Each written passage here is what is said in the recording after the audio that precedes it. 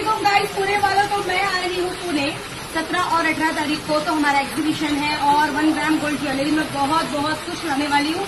तो आप लोगों को पता है कौसरबाग जो है वहाँ पर एक स्कूल है, कौन सी स्पेन स्टार्स, वो स्कूल में आप लोग को आना है। वहीं पर हमारा एग्जीबिशन लगने वाला है और बहुत सारे स्टॉल वहाँ पर लगने वाले हैं और माशाल्लाह। तो आप लोग बहुत अच्छी चीज लेना है तो जरूर आइए वहाँ पर पुणे में, कौसरबाग में आप लोग को आना है। ठीक है, क्या है फिर से बोल यार? Spain stars. हाँ, तो ये एड्रेस पे आप लोग को आना है कौसरबाग में। ठीक है, और सिर्फ 17 और 18 तारीख को 2 ही दिन का हम लोग का एग्जीबिशन होने वाला है 1 ग्राम गोल्ड ज्वेलरी में।